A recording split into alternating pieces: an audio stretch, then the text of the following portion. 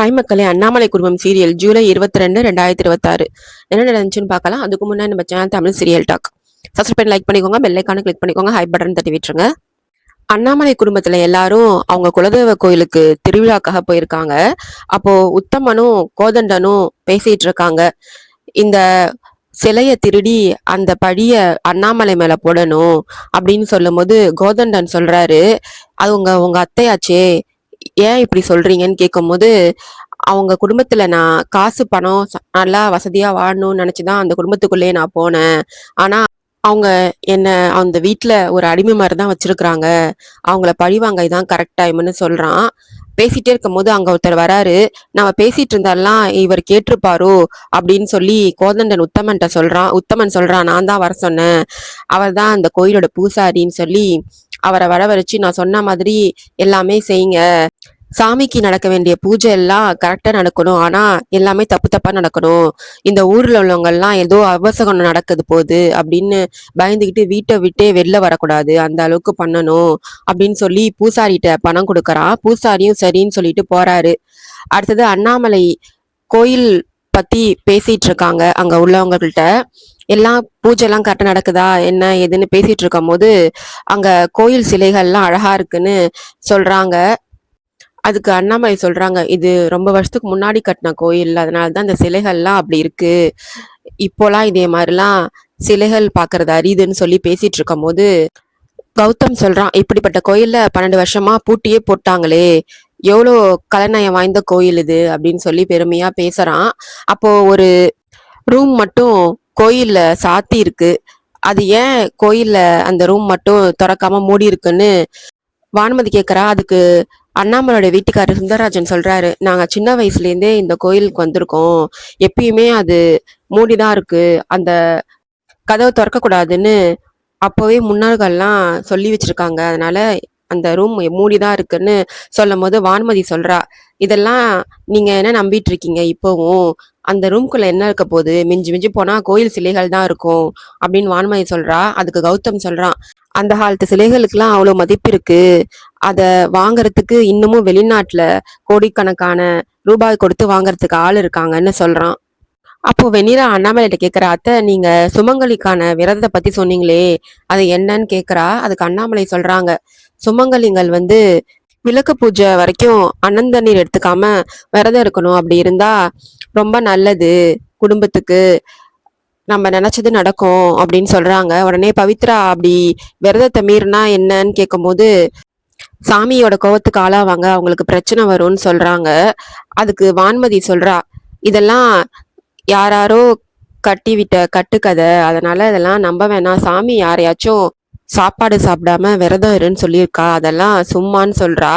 அதுக்கு அண்ணாமலை சொல்றாங்க, இல்ல இதெல்லாம் முன்னலேருந்தே முன்னோர்கள் கடைப்பிடிச்சு வந்த வழிமுறைகள் தான், உன்ன மாதிரி இப்படி பேசின எத்தனையோ பேரு அம்பாலே கெதின்னு அவங்க காலடியில சரணடைஞ்சிருக்காங்க, நீனும் ஒரு நாள் இதெல்லாம் உணருவன்னு சொல்றாங்க வான்மதி அண்ணாமலை.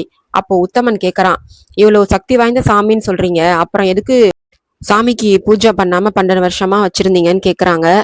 அது முன்னாடி ஒரு காலத்துல இந்த கோயில் சிலை திருட்டு போச்சு, அந்த கோயில் சிலைய திருடுனவன் இறந்துட்டான், அவ்வளவு சக்தி வாய்ந்த சாமி, அதுக்கப்புறம் அந்த கோயில் சிலைய தேடி எடுத்துட்டு திரும்பியும் இங்கே வச்சாங்க, அதுக்கப்புறம் இப்பதான் பூஜை பண்றோம் அப்படின்னு சொல்றாங்க. அவங்க அப்படி சொல்லவும் உத்தமன் மனசுக்குள்ள கொஞ்சம் பயம் வருது, என்ன அத்தை இப்படி சொல்லி பயமுறுத்துறாங்களேன்னு. அடுத்தது லீலாவதி சொல்றாங்க வான்மதி கிட்டயும் வெண்ணிலா கிட்டயும், இது உங்களுக்கு கல்யாணம் ஆனதுக்கு அப்புறம் வர முதல் பூஜை, இந்த விதத்தை பார்த்து பண்ணுங்கன்னு சொல்லிட்டு போறாங்க. அடுத்தது வெண்ணிலா வருண்கிட்ட பேச வரா. அப்போ வருண் அவளை திட்டுறான், உன் மூஞ்சில கூட நான் முழிக்க மாட்டேன்னு சொல்லிட்டேன்ல, அப்புறம் எதுக்கு என்கிட்ட பேச வரேன்னு சொல்லி திட்டி அனுப்பிடுறான். அவளும் அழுதுகிட்டே போறா. அந்த நேரத்துல வருணுக்கு போன் வருது இன்வெஸ்டர் கிட்ட இருந்து. என்ன இன்வெஸ்டர் கிட்ட இருந்து போன் வருதுன்னு வருண் அட்டன் பண்றான். அப்போ அந்த இன்வெஸ்டர் சொல்றாங்க, நாங்க உங்களோட ப்ராஜெக்டை பத்தி இன்னைக்கு போர்ட் மீட்டிங்ல பேசணும் அப்படின்னு சொல்றாங்க. அதுக்கு வருண் சொல்றான், எனக்கு புரியுது சார், நடந்த இன்சிடென்ட்டுக்காக நாங்க உங்ககிட்ட சாரி கேட்டுக்கிறேன் சார்னு சொல்றான், நீங்க எங்க அக்ரிமெண்ட்டை கேன்சல் பண்ணிடாதீங்க, நான் என் சைட்ல இருக்கிற உண்மையை ப்ரூவ் பண்றேன் அப்படின்னு சொல்றான் வருண். அதுக்கு அந்த இன்வெஸ்டர் சொல்றாங்க, நீங்க எதுவும் ப்ரூவ் பண்ண வேணாம், அப்படின்னு இன்வெஸ்டர் சொல்றாங்க. அதுக்கு வருண் சொல்றான், சார் ப்ளீஸ் சார், இத்தனை வருஷம் உழைப்ப இப்படி ஒரே நாள்ல கேன்சல்னா அது என்னால ஏத்துக்க முடியல அப்படின்னு சொல்றாங்க. அதுக்கு அக்ரிமெண்ட் கேன்சல் பண்ணாதீங்கன்னு சொல்றான். அதுக்கு இந்த இன்வெஸ்டர் சொல்றாங்க, நாங்க உங்களுக்கு அக்ரிமெண்ட்டை கேன்சல் பண்ணல, இந்த ப்ராஜெக்ட் உங்களுக்கு கொடுக்கலான்னு நாங்க முடிவெடுத்திருக்கோம் அப்படின்னு சொல்லும்போது, என்ன சார் சொல்றீங்க, நிஜமாவான்னு வருண் கேட்கறான். ஆமா வருண், ஒரு நல்ல டேலண்ட் பர்சன் நாங்க மிஸ் பண்ண விரும்பல, நீங்க ஒரு ஐடியாவை எக்ஸிக்யூட் பண்ணுங்க, உங்களுக்கு ஃபுல் சப்போர்ட் நாங்க பண்றோம் அப்படின்னு சொல்றாங்க. அதுக்கு வருண் ரொம்ப தேங்க்ஸ்ன்னு சொல்றான். எங்களுக்கு தேங்க்ஸ் சொல்லாதீங்க, உங்க ஒய்ஃபுக்கு தேங்க்ஸ் சொல்லுங்கன்னு, அவங்களாலதான் எல்லாமேன்னு சொல்றாங்க. அப்போ என்ன சார் சொல்றீங்கன்னு வருண் கேட்கறான். ஆமா, உங்க ஒய்ஃப் எங்களை பார்க்க வந்தாங்க, அவங்க நடந்த விஷயத்தெல்லாம் சொன்னாங்க அப்படின்னு சொல்றாரு. நடந்த விஷயத்தெல்லாம் வெண்ணிலா போய் அங்க அவங்கள பார்க்க போயிருக்கா. நேத்தி நடந்ததுக்கு சாரி கேட்கறேன்னு வெண்ணிலா அவங்கள்ட்ட சாரி கேட்டுட்டு, அவர் சொன்னதெல்லாம் உண்மைதான், நான் தான் அவருக்கு டிரைவர்ஸ் தரேன்னு சொன்னேன், என்னால அவர் பிஸ்னஸ் பாதிக்கப்படக்கூடாது, அவரு இந்த பிஸ்னஸ்க்காக ரொம்ப கஷ்டப்பட்டிருக்கதை நானே பார்த்துருக்கேன், நீங்க திரும்பவும் இந்த பிஸ்னஸ் டீலிங் அவருக்கு தரணும்னு சொல்றாங்க. என்ன ரெண்டு பேரும் பேசி வச்சுட்டு இப்படி பேசுறீங்களான்னு அந்த இன்வெஸ்டர் கேட்குறாங்க வெண்ணிலா கிட்ட. இல்ல சார், நான் இங்க வந்திருக்கிறதே அவருக்கு தெரியாது அப்படின்னு சொல்லி எல்லா உண்மையும் சொல்லவும் அவங்க ஓகே அப்படின்னு சொல்லிட்டு அவங்க இந்த ப்ராஜெக்ட் வருணுக்கு தரதா சொல்றாங்க. உங்க ஒய்ஃப் சொன்னதுக்கு அப்புறம் தான் எங்களுக்கு உண்மையே புரிஞ்சுது அப்படின்னு அவங்க சொல்றாங்க. இனிமேல் இந்த ஃபுல் ப்ராஜெக்டையும் உங்களுக்கு நாங்க கொடுக்குறோம் அப்படின்னு சொல்லிடுறாங்க. அவங்க அப்படி சொல்லவும் வருண் ரொம்ப ஃபீல் பண்ணி வெண்ணிலா திட்டினதெல்லாம் யோசிச்சு பார்க்கறான். வெண்ணிலாட்ட போய் பேசுறான். வெண்ணிலாட்ட உன்கிட்ட கொஞ்சம் பேசணும்னு சொல்றான். அதுக்கு வெண்ணிலா சொல்றா, நீங்க ஏற்கனவே ரொம்ப பேசிட்டீங்க வருண், நீங்க வேணும்னா வேணுன்றதுக்கும் வேணான்னா தூக்கி எறிகிறதுக்கும் என்ன நினைச்சிட்டு இருக்கீங்க அப்படின்னு வெண்ணிலா ரொம்ப வருத்தமா பேசிட்டு இருக்கா வருண் கிட்ட.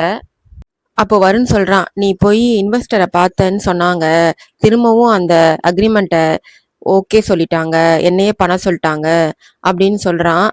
அதுக்கு வெண்ணிலா சொல்றா, நீங்க என்னைக்கு என் கழுத்தை தாலி கட்டினீங்களோ அன்னையிலேருந்து உங்க சந்தோஷத்தை தான் என் சந்தோஷமா நினைச்சிட்டு இருக்கேன், என்ன போய் உங்க வாழ்க்கையை அழிக்க வந்தவன் சொல்லிட்டீங்க, இப்ப கூட சாமி கிட்ட ஒவ்வொரு தடவும் வேண்டும் போது உங்களோட பிஸ்னஸ்க்காக தான் வேண்டுவேன், நீங்க நல்லபடியா பிஸ்னஸ்ல பெருசா வரணும்னு சொல்லி, ஆனா நீங்க எவ்வளவோ என்ன பேசிட்டீங்கன்னு சொல்றா. அப்போ வருண் சொல்றான், நான் தெரியாம பேசிட்டேன், நான் எவ்வளோ கஷ்டப்பட்டு வேலை செஞ்ச அந்த ப்ராஜெக்ட் கையை விட்டு போனதுனால நான் அப்படி பேசிட்டேன் அப்படின்னு சொல்றான். போதும் சாமி, என்னை விட்டுருங்க, நான் என்னை இப்படியே இருக்க விடுங்கன்னு சொல்லி கையெடுத்து கும்பிட்டுட்டு அந்த இடத்த விட்டு போயிடுறா வருத்தப்பட்டு.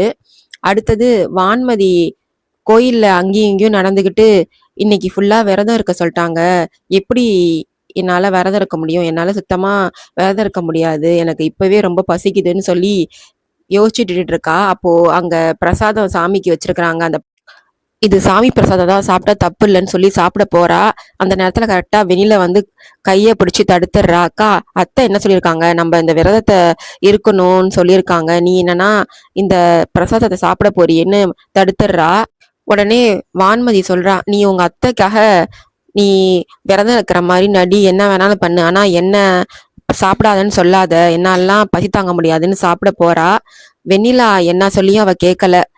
வெண்ணிலா அந்த பிரசாதத்தை சாப்பிட விடாம புடுங்கிறதுனால ஏற்கனவே வான்மதி கையில சாக்லேட் வச்சிருக்கா, அந்த சாக்லேட்டை எடுத்து சாப்பிட்டுறா. அதோட முடியுது. பாய் மக்களே.